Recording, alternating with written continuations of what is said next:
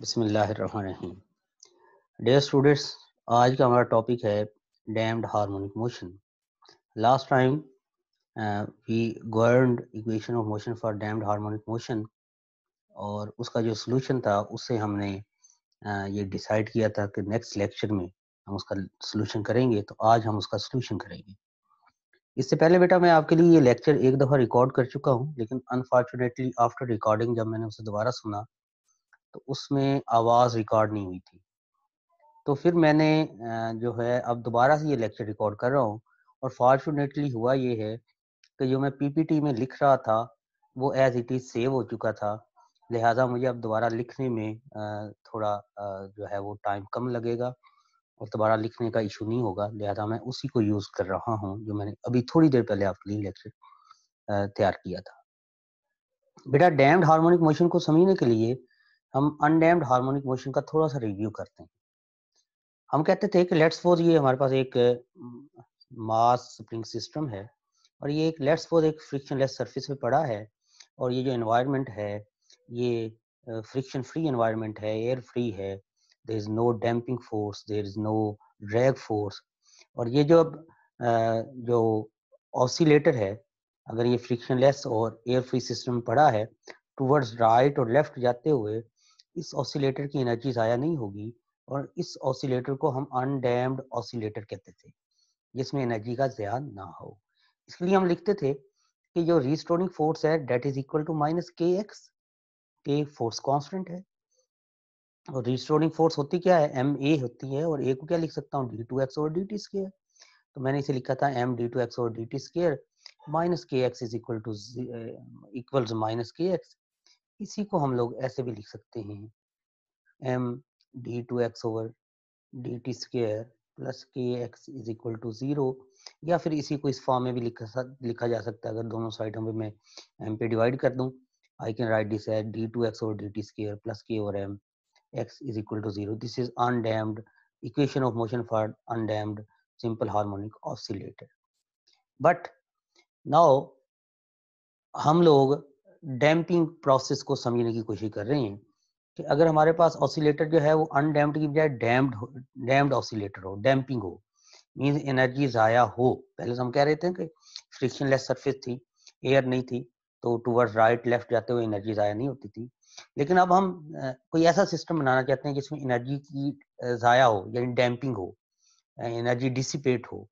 तो उसके लिए हमने समझने के लिए एक आसान सा हमने सेटअप बनाया है कि ये फ्रिक्शनलेस सरफेस पे जो मास स्प्रिंग सिस्टम पड़ा था, इसके साथ एक रॉड लगाया, और उस रॉड को एक फ्लूइड के अंदर रख दिया।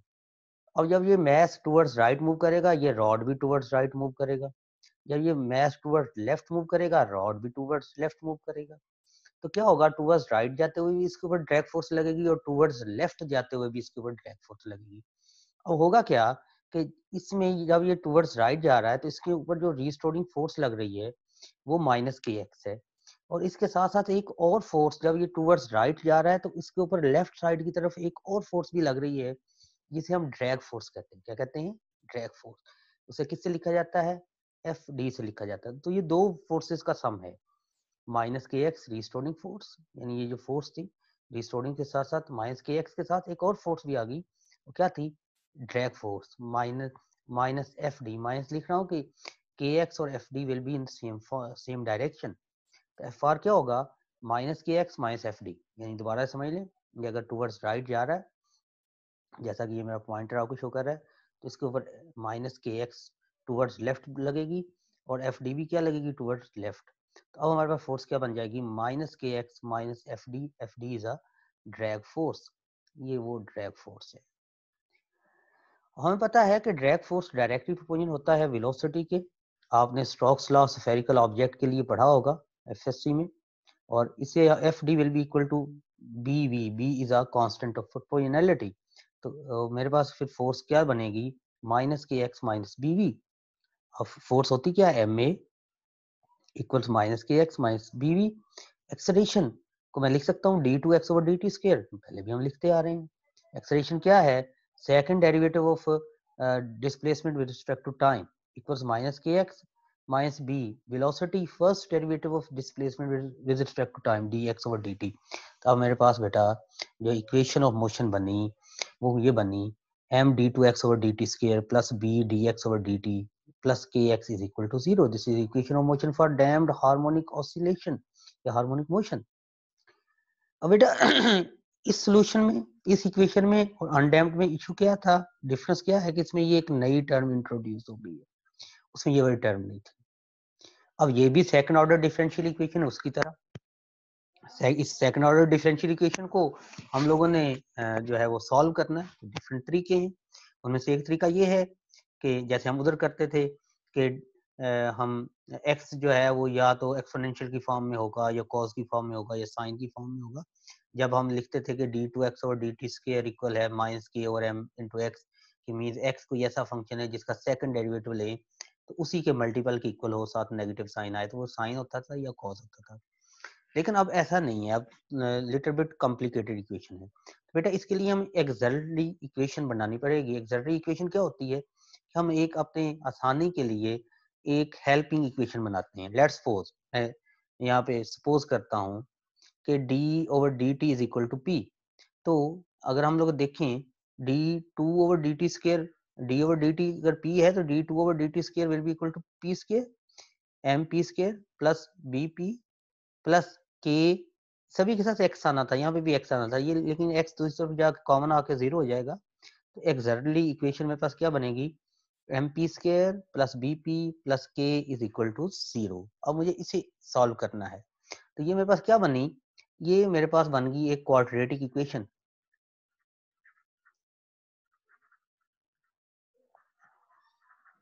इसे सॉल्व करने के लिए क्वाड्रेटिक फार्मूला लगाऊंगा, क्या होता है x equals minus B plus minus B square minus 4ac divided by 2a। तो यही फार्मूला मैंने यहाँ पे लगाया, minus B plus minus B square minus 4 A हमारे पास m है, c k है और 2a ये अंडर रूट आएगा। तो बेटा इसी तरह अब मैंने इसे अलग अलग कर लिया, minus B over 2m plus minus 1 over 2m B square minus 4m के अंडर रूट। बेटा I can take 2m inside this square root, तो जब इसे अंदर लेके जाऊंगा तो ये 2 स्क्वायर m स्क्वायर हो जाएगा, तो 2 स्क्वायर 4 होता है plus minus p square over 4m square minus 4m के ओवर 4m स्क्वायर, 4 4 से कैंसिल, m स्क्वायर से कैंसिल। तो हम we were left with equation p is equal to plus minus b over 2m plus minus b square over 2m minus k over m under root. बेटा अब हम यहाँ पर कुछ सब्स्टिट्यूशन करते हैं। लेट कि ये b ओवर 2m को मैं गैमा कह दूं, और हमें पता है कि ओमेगा किसके इक्वल होता था अनडैम्प्ड ऑसिलेशन के लिए, k over m under root, और k ओवर m किसके इक्वल हो जाएगा ओमेगा स्क्वायर के इक्वल हो जाएगा। तो बेटा मेरे पास ये वाली इक्वेशन बनेगी minus gamma plus minus B over 2m gamma gamma square minus k over m omega square की इक्वल है minus omega square under root. इसे देख सकते हैं, अगर कोई इशू हो तो आप इसे बार बार देख सकते हैं इस वीडियो को, और आप मुझसे व्हाट्सएप पे पूछ सकते हैं, कमेंट बॉक्स में पूछ सकते हैं, कहीं पे आप कमेंट करके पूछ सकते हैं। अब बेटा अगर मैं यहाँ से -1 कॉमन लूँ तो अगर मैं अंडर रूट से -1 कॉमन लूंगा तो आयोटा बनेगा ना, -1 अंडर रूट आयोटा के इक्वल होता है। तो अगर माइनस कॉमन लूंगा तो ओमेगा स्क्वायर प्लस का हो जाएगा, गैमा स्क्वायर माइनस का हो जाएगा, और पी की वैल्यू क्या बनेगी minus gamma plus minus iota omega square minus gamma square under root. ये बेटा हमारे पास इक्वेशन बन गई। हमारे पास पी की वैल्यू बनी minus gamma plus minus iota omega square minus gamma square under root. अब बेटा ये P हमारे पास क्या है d over D T minus gamma plus minus iota omega square minus gamma square under root. अब बेटा अगर मैं इसे सॉल्व करना चाहूँ तो डेफिनेटली ये एक कॉम्प्लेक्स नंबर है, और इसका जो सोल्यूशन है that will be in the form of exponential function. और ये वाली जो इक्वेशन थी दिस वाज, इसमें जो वेरिएबल था वो x था, और अगर मैं यहाँ से x की वैल्यू लूँ तो x will be equal to, इसके दो रूट्स आएंगे ना, एक प्लस में और एक माइनस में, तो एक के दोनों जो इसका कंबाइंड सम होगा वो दोनों का लीनियर कॉम्बिनेशन के इक्वल होगा, एक रूट है minus gamma plus iota omega square minus gamma square under root. तो इसका सोल्यूशन जो एक्स की फॉर्म में है तो इसे मैं लिख सकता हूँ ई raise power minus gamma plus iota omega square minus gamma square under root, ये C1।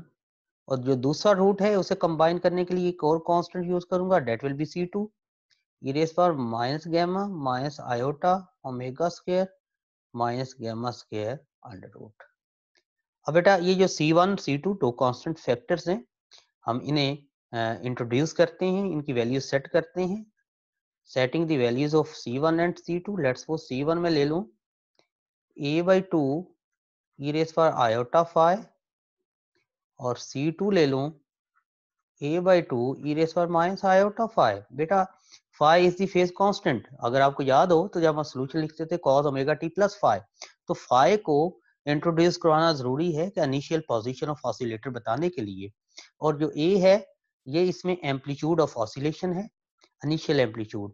और 2 वाला फैक्टर हमने इसमें इंट्रोड्यूस किया है जो लेटर ऑन हमें इसकी समझ लगेगी कि 2 को हमने एक और फैक्टर को कंपनसेट करने के लिए यूज किया। अगर नहीं भी यूज करेंगे तो इसमें कोई मजाइका नहीं है।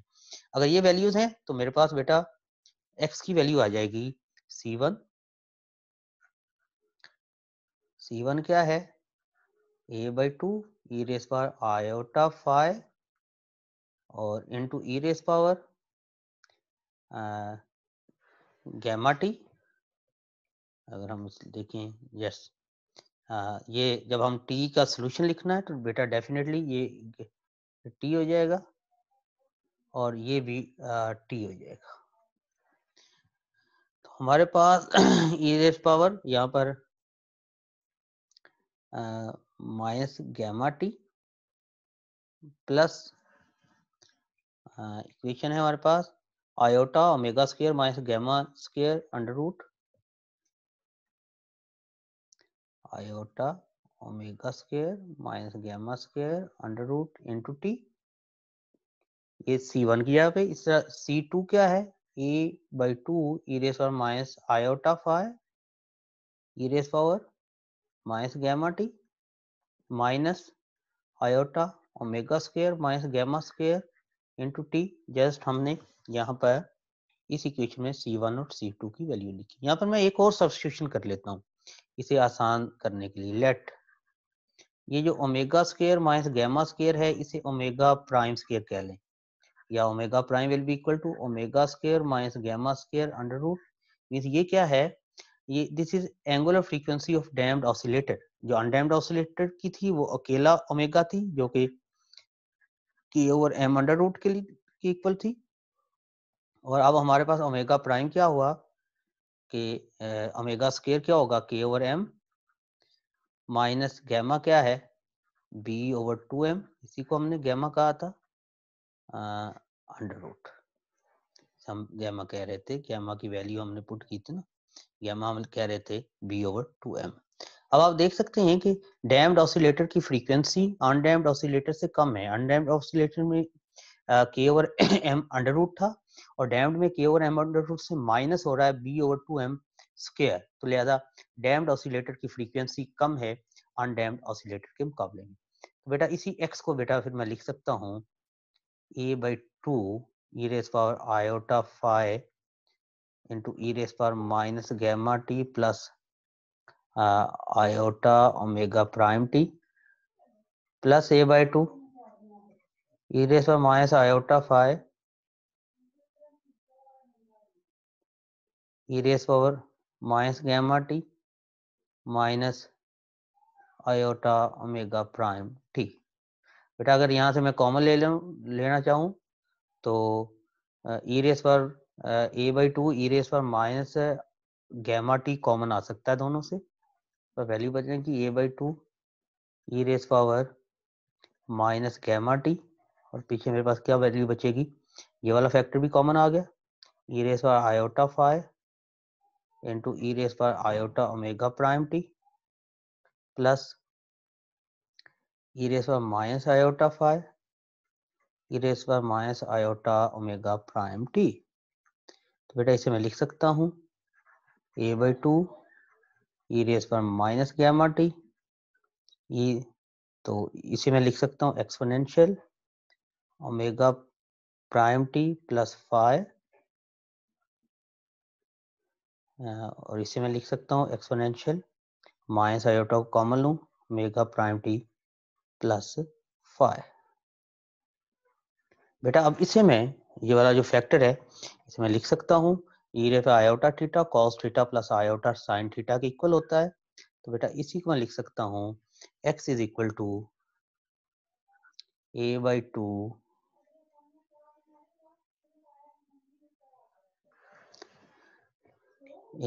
ई रेस पर माइनस गैमा टी।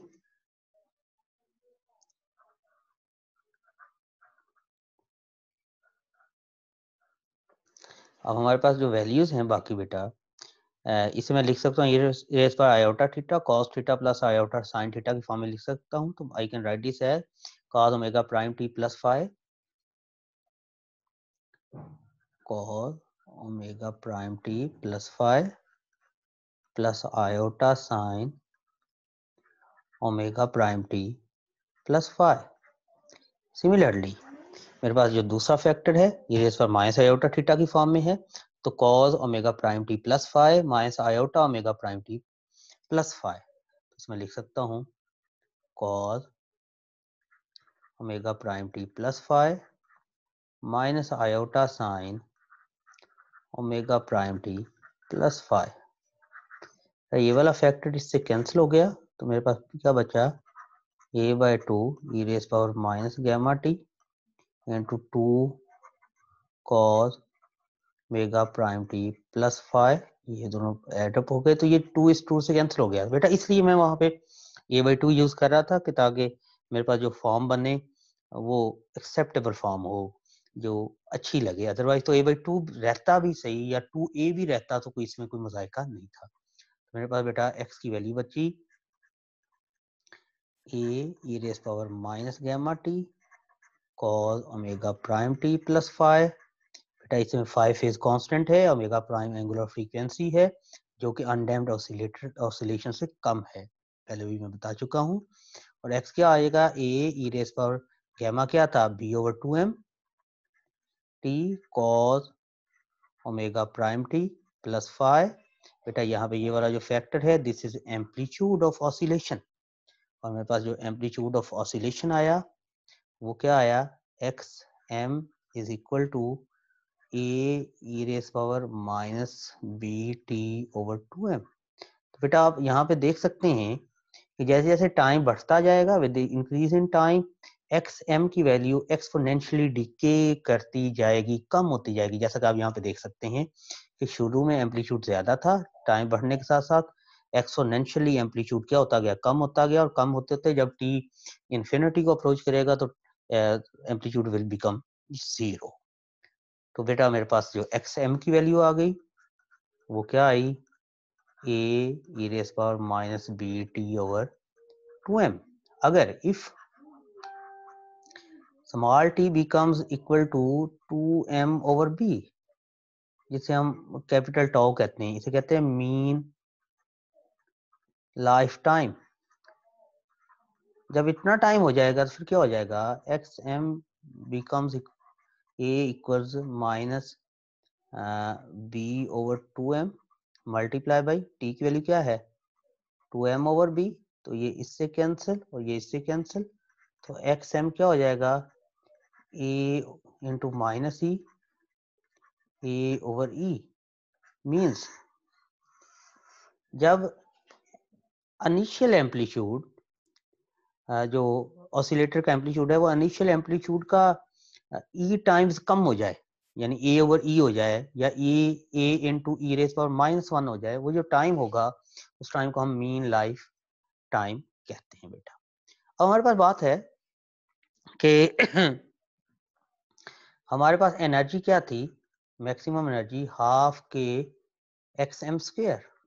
तो एक्स एम क्या है हमारे पास A E raise power minus B T over 2m, यही है। तो अगर हम इसके स्क्वेयर ले लें तो ये बनेगा हाफ के ए स्क्वेयर, ये स्क्वेयर इस 2 से कैंसिल हो जाएगा, minus B T over M. तो बेटा यहाँ पे अगेन हम देख सकते हैं कि with the increase in time, जैसे जैसे टाइम गुजरता जाएगा एनर्जी ऑफ द सिस्टम जो है वो डिसिपेट होती जाएगी, कम होती जाएगी एक्सपोनेंशियली, और कम होते होते एनर्जी जीरो हो जाएगी किसी टाइम पे जाके, और ऑसिलेटर जो है वो ऑसिलेट करना स्टॉप कर देगा। और यहाँ पर बड़ी इंपॉर्टेंट चीजें हैं बेटा, हमने यहाँ पर ओमेगा क्या लिखा, ओमेगा प्राइम के over M minus B over 2m square under root.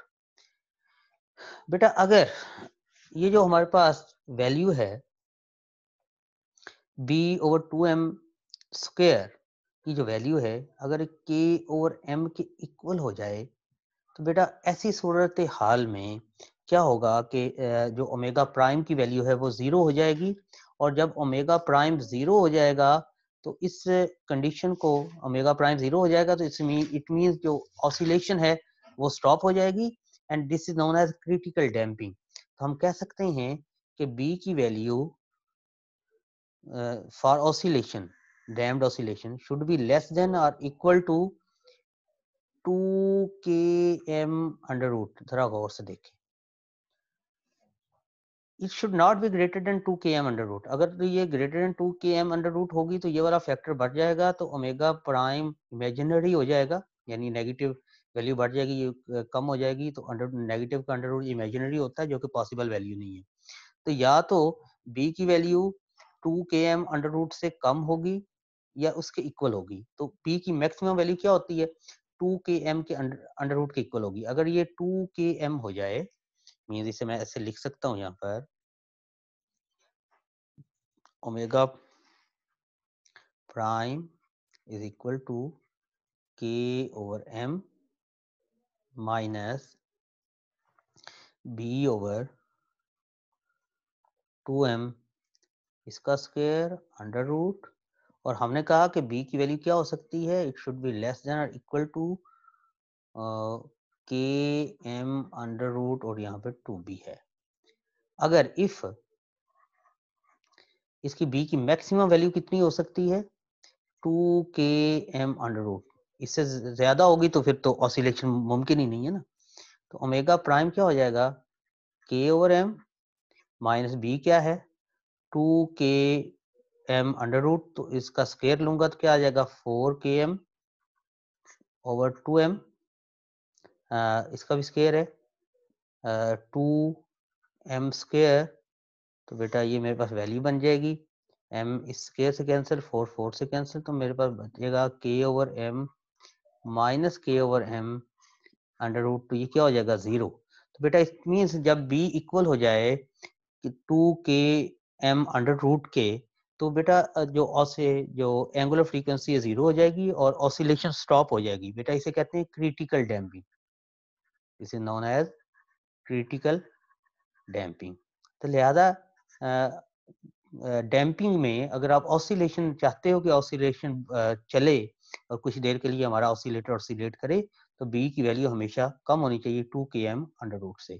अगर b की वैल्यू 2km अंडर रूट से बढ़ जाए तो फिर तो जो इसका सोल्यूशन है ये इमेजिनरी हो जाएगा, और ये जो सोल्यूशन है वो इसके लिए एप्लीकेबल नहीं है। बेटा ये है आज का लेक्चर, खुश रहें और चीज़ों को पढ़ते रहें, देखते रहें, तो ये बड़ा इम्पोर्टेंट है हमारे लिए।